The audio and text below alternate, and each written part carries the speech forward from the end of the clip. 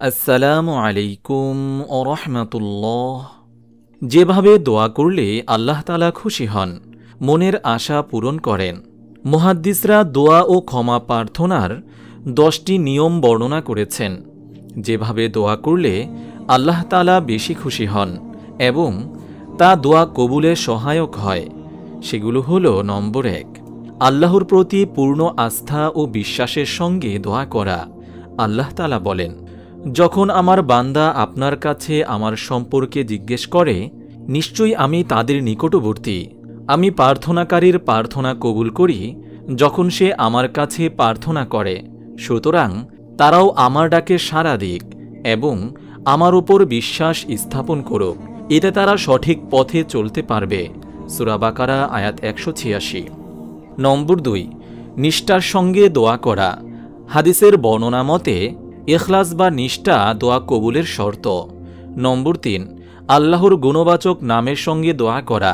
পবিত্র কোরআনে ইরশাদ হয়েছে, আল্লাহর রয়েছে সুন্দর সুন্দর নাম, সুতরাং তোমরা তাকে সে নামেই ডাকবে। সূরা আরফ আয়াত 180। প্রিয়নবী সাল্লাল্লাহু আলাইহি ওয়াসাল্লাম আয়েশা রাদিয়াল্লাহু তাআলা আনহাকে এভাবে দোয়া করতে বলেন, আল্লাহুম্মা ইন্নাকা আফুউন তুহিব্বুল আফওয়া ফা'ফু আন্নী। অর্থ, হে আল্লাহ, নিশ্চয়ই আপনি ক্ষমাশীল, আপনি ক্ষমা করতে পছন্দ করেন, সুতরাং আমাকে ক্ষমা করুন। সুনানে তিরমিজি হাদিস নম্বর 1195। নম্বর 4, দোয়ার আগে হামদ ও দুরূদ পাঠ করা। ফাজালা ইবনে উবাইদ রাদিয়াল্লাহু তাআলা আনহু থেকে বর্ণিত, তিনি বলেন, একদা রাসূল সাল্লাল্লাহু আলাইহি ওয়াসাল্লাম বসেছিলেন। এমন সময় একজন লোক এলো এবং নামাজ আদায় করল। এরপর সে বলল, হে আল্লাহ, আমাকে ক্ষমা করে দিন, আমার প্রতি দয়া করুন। রাসূল সাল্লাল্লাহু আলাইহি ওয়াসাল্লাম বললেন, হে নামাজি, তুমি তাড়াহুড়া করলে। নামাজ শেষে যখন তুমি বসবে, তখন তুমি আল্লাহর উপযুক্ত হামদ এবং আমার প্রতি দুরূদ পাঠ করবে, অতঃপর তুমি দোয়া করবে। সুনানে তিরমিজি হাদিস নম্বর 3476। নম্বর 5, কেবলামুখী হয়ে হাত উঠিয়ে দোয়া করা। ওমর ইবনুল খাত্তাব রাদিয়াল্লাহু তাআলা আনহু বদরের ময়দানে আল্লাহর নবী সাল্লাল্লাহু আলাইহি ওয়াসাল্লামের দোয়ার বর্ণনা দিয়ে বলেন, অতঃপর তিনি কেবলামুখী হয়ে হাত উঠিয়ে স্বীয় প্রভুর কাছে বিনীত হয়ে বললেন। সহিহ মুসলিম হাদিস নম্বর 1763। নম্বর 6, আশা নিয়ে দোয়া করা। আল্লাহর প্রতি প্রচণ্ড রকম আশা নিয়ে দোয়া করার নির্দেশ দিয়েছেন মহানবী সাল্লাল্লাহু আলাইহি ওয়াসাল্লাম। তিনি বলেন, দোয়া কবুল হওয়ার আশা নিয়ে আল্লাহর কাছে প্রার্থনা করো, জেনে রাখো, নিশ্চয়ই আল্লাহ তাআলা উদাসীন ও অমনোযোগী অন্তরের দোয়া কবুল করেন না।